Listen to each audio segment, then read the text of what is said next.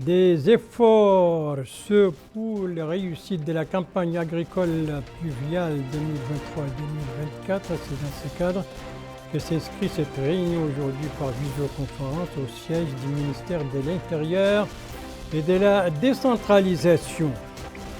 Une journée, c'est organisée par le ministère de l'Économie et du Développement durable, consultation nationale en vue de la mise en œuvre de l'agenda 2030, c'était aujourd'hui.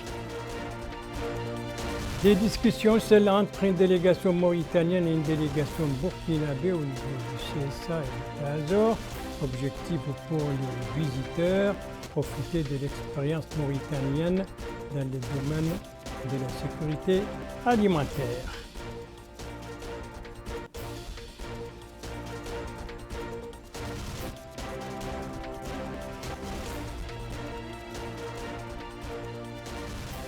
Voilà donc pour les principaux titres du journal et c'est parti. Madame, mademoiselle, monsieur, bonsoir et bienvenue à votre 22h de ce vendredi 25 août 2023. Et pour commencer donc, les efforts pour la réussite de la campagne agricole pluviale 2023-2024.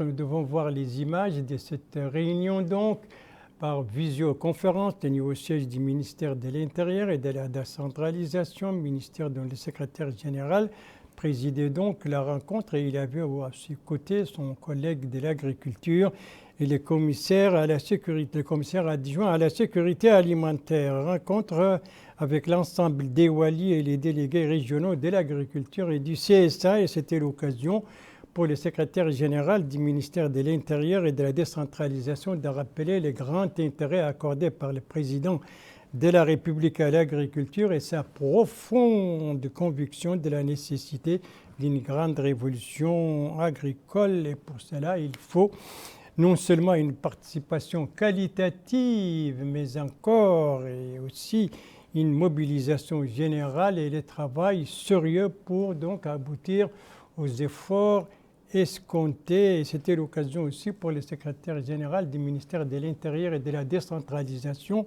d'insister auprès des Walis donc sur la nécessité d'une action immédiate, de se mettre immédiatement au travail, et cela à travers donc la sensibilisation, les rencontres, les visites sur le terrain, la mobilisation, donc la participation de toutes et à tous en vue de la réussite de cette campagne. C'est dans le même sens aussi qu'ont abondé les secrétaires généraux de l'agriculture et le commissaire adjoint à la sécurité alimentaire avant de parler des mesures prises par leurs départements respectifs en vue de la réussite de cette campagne. Quant aux Walis, eh bien, leurs interventions ont tourné autour donc de la situation agricole actuelle dans chacune de leurs wilayas respectifs, mais aussi de parler des moyens, des problèmes et des défis qu'ils affrontent. Voilà donc pour cette réunion aujourd'hui au ministère de l'Intérieur par visioconférence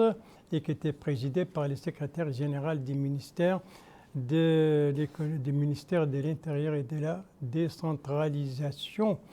Et son collègue de l'économie et du développement durable, lui aussi a présidé une activité aujourd'hui à Nouakchott. Il s'agit d'une journée de consultation nationale. Alors, sur les objectifs de cette journée et sur son cadre ainsi que sur son organisation, des précisions avec Abdoulaye Demeba.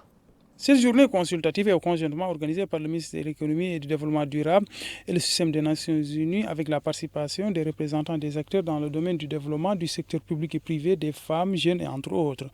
Le secrétaire général du ministère de l'Économie et du Développement durable, Yahoul Ahmed Aïche, a souligné l'importance des ODD dans le cadre du développement des différents secteurs économiques. Il a par ailleurs indiqué que l'examen et l'échange constituent des moyens adéquats pour combler les lacunes et surmonter les défis. La Mauritanie a connu des progrès certains dans plusieurs secteurs, notamment l'accès à l'enseignement primaire avec un taux net de scolarisation de 80%, l'amélioration de la participation politique des femmes, l'évolution de la couverture en services de santé, l'état de droit et le renforcement de la démocratie. Malgré ces avancées, des défis persistent. Pour l'atteinte des objectifs, l'agenda 2030, et à cet effet, on constate que plus des 3/4 de la population rurale souffre encore de la pauvreté multidimensionnelle.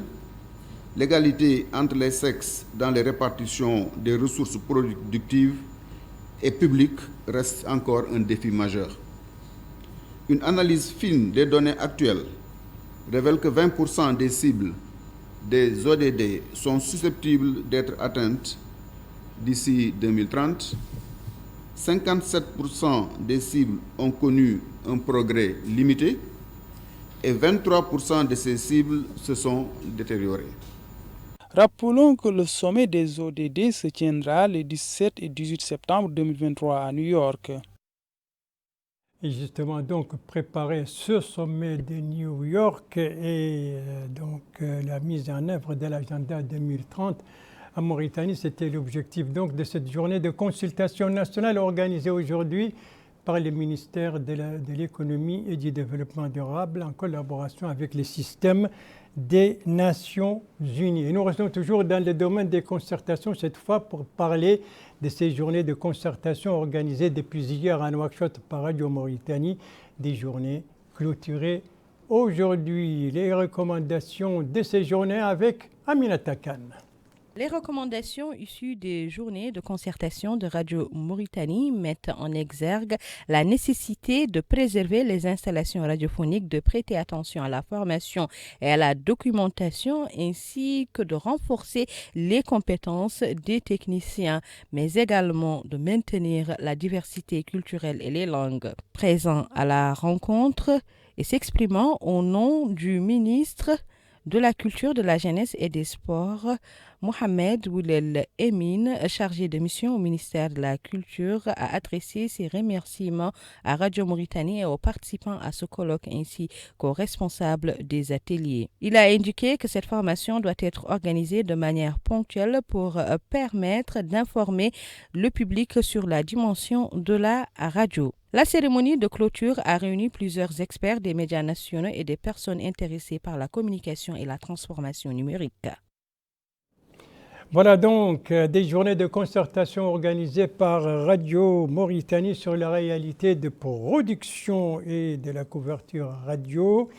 Et l'objectif de ces journées, vous venez de l'entendre, c'était d'informer le public justement sur l'évolution de la radio durant les 4 dernières années. Voilà, des concertations sont donc achevées, des discussions qui commencent, et on voit les images des discussions, ça c'est au siège du CSA, le commissariat à la sécurité alimentaire. C'était aujourd'hui des discussions entre une délégation mauritanienne et une délégation multisectorielle du Burkinabé. La délégation mauritanienne était conduite par le commissaire adjoint à la sécurité alimentaire et celle du Burkinabé a été conduite par une haute responsable du ministère de l'Agriculture.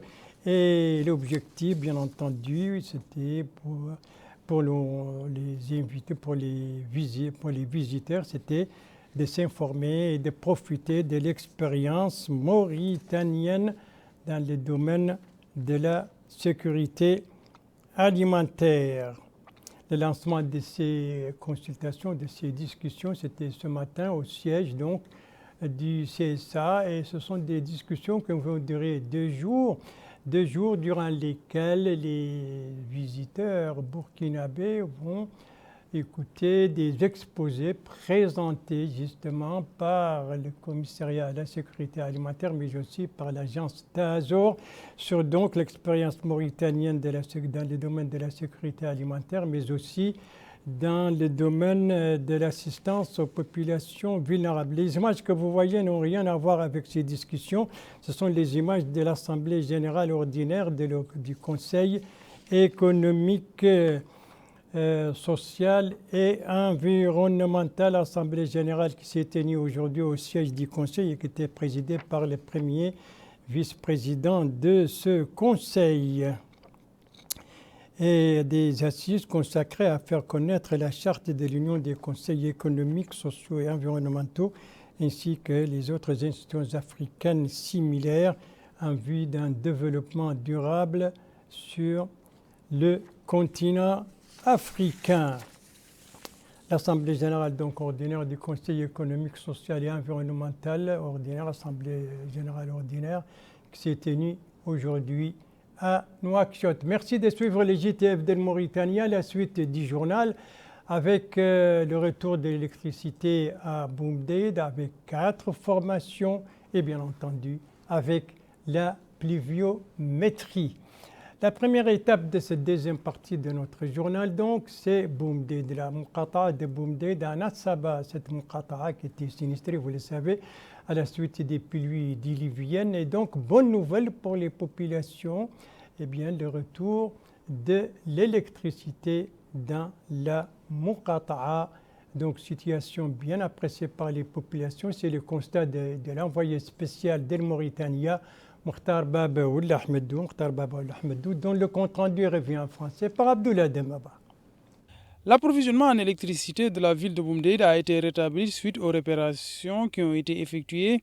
Ces désagréments ont été occasionnés par des pannes techniques survenues avec la chute de poteaux et le dysfonctionnement d'un transformateur dans la partie est de la ville. Ces incidents ont été occasionnés à la suite des pluies diluviennes qu'a connues ces localités. Le chef du service des travaux et de l'électrification rurale de la Somolec a affirmé qu'une équipe a été déployée afin de rétablir l'accès à l'électricité au profit des habitants qui ont été impactés par les pluies diluviennes. Dans le cadre de la réparation, on a mis à la disposition de la centrale des groupes électrogènes dont la capacité est de 500 kV par groupe. Actuellement, toute la ville, précise-t-il, est complètement approvisionnée. Il a par ailleurs précisé que les travaux évoluent pour un retour à la normale au niveau des localités environnantes de la ville de Boumdeid, dont Rag, Guédan, Vara, Gleib, entre autres. Voilà, l'électricité donc est de retour à Boumdeid, cette Muqata'a de la Saba qui était sinistrée, vous le savez, à la suite des pluies diluviennes qui se sont abattues ces derniers jours, donc dans la région de Boumdeid, qui a reçu à 3 reprises environ 100 mm d'un coup. Et en Assaba, nous restons encore un instant cette fois pour parler donc de cette formation qui concerne l'ensemble des maires de cette wilaya dans le cadre de la série de formations organisées par le ministère de l'Intérieur et de la décentralisation. Coup d'envoi de cette formation, c'était ce matin à Kifa. Compte rendu de notre correspondant permanent là-bas, Moutali Sadar. Compte rendu revient en français par Aminata Khan. Cet atelier de formation est organisé au profit des conseillers municipaux et des maires de la wilaya de la Saba. L'objectif est de former les maires et améliorer leur expertise en matière de gestion administrative et de renforcer leurs compétences sur la décentralisation. Supervisant l'ouverture des travaux, le wali de la wilaya de l'Assaba, Abdrahman Ould Al-Hassan, a souligné l'importance de cette formation à travers laquelle les pouvoirs publics cherchent à améliorer les capacités des ordonnateurs des budgets des communes, exprimant la volonté de la wilaya de collaborer avec les maires et de les accompagner dans le cadre du développement et de la promotion du service communal sur l'ensemble du wilaya. Il a appelé les participants à profiter des présentations qui seront faites par les experts en vue de promouvoir le développement local et de rapprocher efficacement les services de l'État des citoyens. D'autres intervenants ont pris la parole, appréciant les efforts engagés par les pouvoirs publics, soulignant la volonté des maires de participer aux efforts de développement et à la réforme administrative en cours. Les maires de la Saba, donc en formation depuis ce matin à Kifa dans le cadre d'une série de formations organisées à l'intention des maires par le ministère de l'Intérieur et de la décentralisation. Une formation qui commence, une autre qui s'achève, celle donc au profit des bénéficiaires du projet Saphir, ce projet financé par l'Union européenne. Eh bien, la clôture de cette session de formation a eu lieu ce matin à Rosso, précisément au siège de l'ISET, l'Institut supérieur de l'enseignement technologique. Compte rendu sur cette formation clôturée aujourd'hui donc, avec notre correspondant permanent là-bas, Mohamed Diatma, compte rendu revient en français par Abdoulaye Demaba. La mise en œuvre du projet Saphir entre dans le cadre du partenariat entre l'ONG GRET et Caritas au profit des femmes et jeunes qui ont eu à bénéficier des formations et de l'aide des coopératives agricoles. Le Wali du Trarza a indiqué que ce projet bénéficie aux wilayas du Brakna, du Gorgol du Trarza et des Moukata de Riyad à Nouakchott Sud et d'Arnem relevant de la wilaya Nouakchott Nord. Il a par ailleurs souligné que ce projet financé par l'Union européenne vise à relever les défis liés à la formation pour les groupes cibles et soutenir leur capacité de résilience et renforcer la sécurité alimentaire. Le coordinateur du projet Saphir a présenté lors de cette cérémonie de clôture les différentes interventions effectuées au niveau des zones cibles. Voilà donc évaluer la première phase de ce projet Saphir qui intervient, vous le savez, dans différentes parties du pays, et faire sortir les résultats en ce qui concerne l'intégration des jeunes et des femmes. Tel était l'objectif de cette formation qui vient de s'achever aujourd'hui à Rosso. Autre formation également qui s'est achevée aujourd'hui, mais cette fois à Kaïdi, une formation donc dans le cadre de Mouatani, mon pays, le programme Mouatani, mon pays, et qui est organisé dans le cadre du projet Mihneti, mon métier. Eh bien, elle a été clôturée, cette formation aujourd'hui au siège de l'école de formation de l'enseignement technique et de la formation professionnelle. Compte rendu de notre correspondant permanent là-bas, Maad Abdawa, compte rendu revient en français par Aminata Khan. 56 jeunes issus de l'école de formation technique et professionnelle de la ville de Kéidi ont profité des jours durant de cette formation sur l'autonomisation professionnelle et le renforcement des capacités. Présent à l'atelier de clôture, le conseiller du Wali a confirmé que la formation et l'encadrement des jeunes ainsi que le développement de leurs compétences constituent l'un des objectifs phares de la wilaya de Kéidi, car sans expérience, les jeunes ne pourront pas contribuer au développement local. Il a souligné que la formation dont ont profité 56 jeunes est au cœur de la politique de l'emploi engagé par le gouvernement. Lui succédant, le directeur d'enseignement technique et professionnel de Kéhédi a affirmé qu'il s'agit d'une formation qui s'articule autour de 5 spécialités, à savoir l'électricité, la réfrigération, la climatisation, la plomberie, la réparation et la teinture. La formation a duré 4 semaines, au cours desquelles les stagiaires ont reçu des leçons qui soutiennent leur indépendance dans la conduite de leur entreprise. Il a souligné que cette école, construite grâce à la collaboration avec les Coïtiens, entame un nouveau projet financé par la même fondation. Enfin, l'adjoint du maire de la commune de Kéidi, Abou Sissé, a exprimé son espoir que cette formation soit le début d'une carrière professionnelle réussie pour ce groupe de jeunes qui a reçu une formation intensive dans divers domaines techniques, appelant les formateurs à travailler davantage sur le développement des compétences des jeunes. 56 jeunes donc étaient en formation accélérée de 4 semaines et qui viennent de se clôturer, d'être clôturés à Kaïdi, c'était aujourd'hui.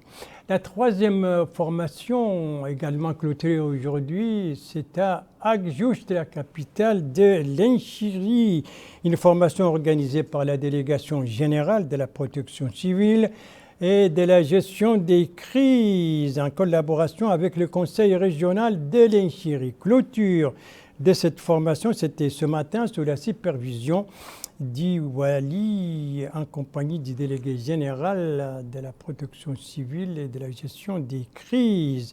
Les bénéficiaires de cette formation, un certain nombre de volontaires, ils ont été formés sur les moyens de secours et d'intervention durant les catastrophes naturelles et c'était l'occasion pour les différents intervenants au cours de la cérémonie d'insister donc sur l'importance du volontariat, particulièrement parmi les rangs de la jeunesse et d'appeler les bénéficiaires de pratiquer donc immédiatement les nouvelles connaissances acquises. Nous sommes toujours à Agjouch avec cette session de formation donc sur les moyens de secourir et d'intervenir durant les crises naturelles. Voilà, et puis plusieurs de nos wilayas, l'Inchiri d'ailleurs en fait partie, l'Inchiri fait partie de ces plusieurs wilayas à l'intérieur du pays qui ont reçu de la pluie hier. Vous voulez savoir les autres wilayas? Eh bien, suivez mon regard.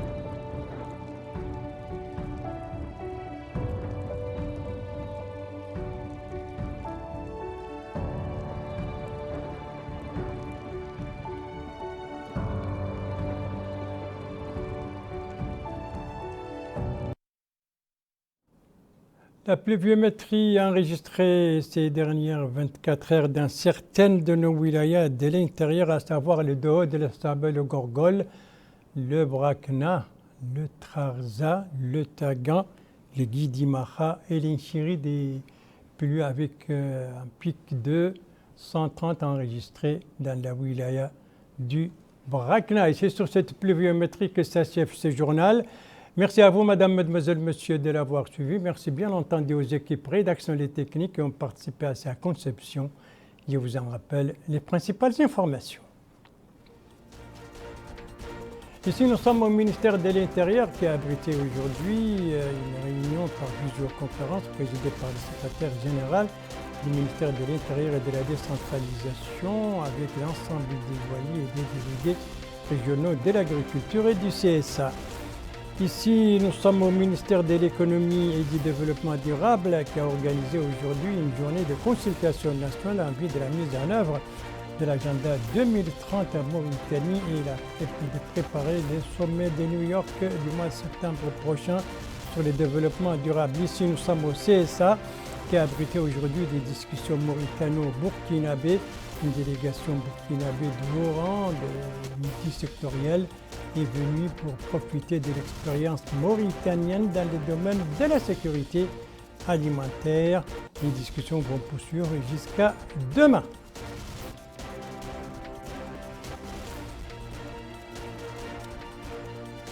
Voilà, il ne me reste plus qu'à vous souhaiter une très bonne fin de soirée, une très bonne fin de semaine et à vous donner rendez-vous, Inch'Allah, demain à la même heure, 22h. Bonsoir.